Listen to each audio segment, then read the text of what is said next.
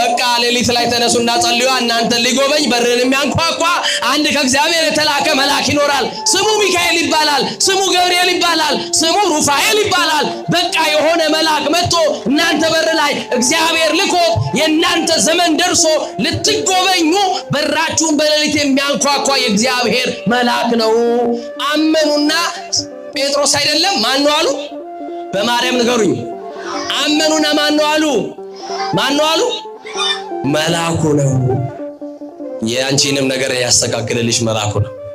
እግዚአብሔር ይህንን ታላቅ መልአክ ልኮ በህይወታችሁ ያለው ነገር ያስተካክልላችሁ በዚህ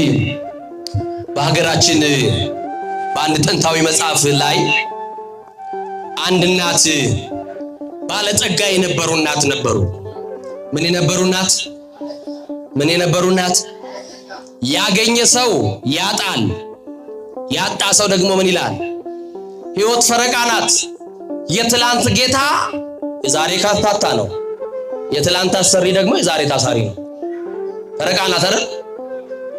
ዛሬ ሳንቲም ያዘ ሰው እንዳይኮራ ባለው ነገር ሊበተን ይችላል አይችልም ምንም የሚያስተማምን ነገር የለም ባለጸጋ ናቸው እሳቸው ቤት ገብቶ እንጀራ ያልበላ የለም መንገደኛ ሁሉ የሚስተናገድበት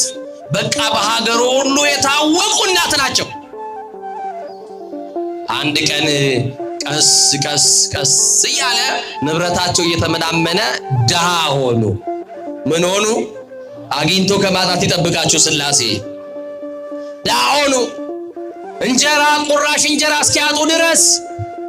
በረሃብ አለንጋ መገረፍ ጀመሩኝ እናት ማን ያብላቸው የጎደለብህ ቀንማ ማን ይፈልግሃል ኪስ ባዶ ሲሆን የሚፈልግሃል ስትራቆት የሚፈልግሃል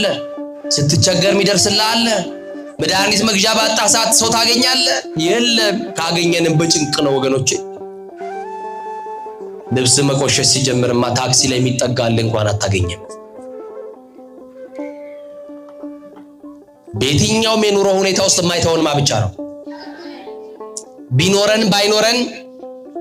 ብናጣ ብንነጣ ለማንን በቃ እግዚአብሔር የሰው እናታችን አባታችን ዘመዳችን ወገናችን የምንላቸው ሁሉ ጀርባ ይሰጡናል ጀርባ ማይሰጠማ ብቻ ነው በቃ የታመነው ወዳጅ መድኃኔዓለም ነውና በጣም ረሃብ ቤት ውስጥ ረሃብ ሲጸናባቸው ቤት ውስጥ የሚሸጥ ንብረት እያወጡ እየሸጡ ንብረትም አለቀ እሳቸውና አንድ ቤት ብቻ ቀረ ቤቱ ሆና ቤት ነው ያጡ እናት የሚያውቋቸው ሰው እንኳን እማማ ኩትላክ ባለጸጋ ያሉ እንጀራ እኮ ያበሉናቸው ፈትፍተው ያጎረሱናቸው ብለው ቁራሽ እንጀራ ደረቅ እንጀራ በሚጥሚጣ የሚወስድላቸው እንኳን አጡ በረሃብ እየተገረፉ አንጀታቸው ታጥፎ የኔ ጌታ አሉት መድኃኔዓለምን በሉት የትኛው መከራ አስቶናችሁ ወደ መድኃኔዓለም የኔ ጌታ በሉት ያንተ ጌታ ነው የሚያስተካክልን ረሃብን ማን ይረዳል ረሃብ የምትለው ስለ ረሃብ የማያውቅ ተርቦ የማያውቅ ሰው ምንም ገባው ተቸግሮ የማያውቅ ሰው ስለ ችግር ቢወራለት ስቶሪ የሆነ እንትን ነው የሚመስለው እና ይቺ ናት በጣም ወደ እግዚአብሔር እየጸለየች የኔ ጌታ እንዳላማርህ እርዳኝ ምን እንዳለ አንተን አመስግኜ ቁራሽ እንጀራ ከውሃ ጋር እንዳገኝ ብቻ እርዳኝ እያሉ ይለምናሉ የዕለት እንጀራ ይሰጣችሁ ማነው የዕለት እንጀራ ይሰጣችሁ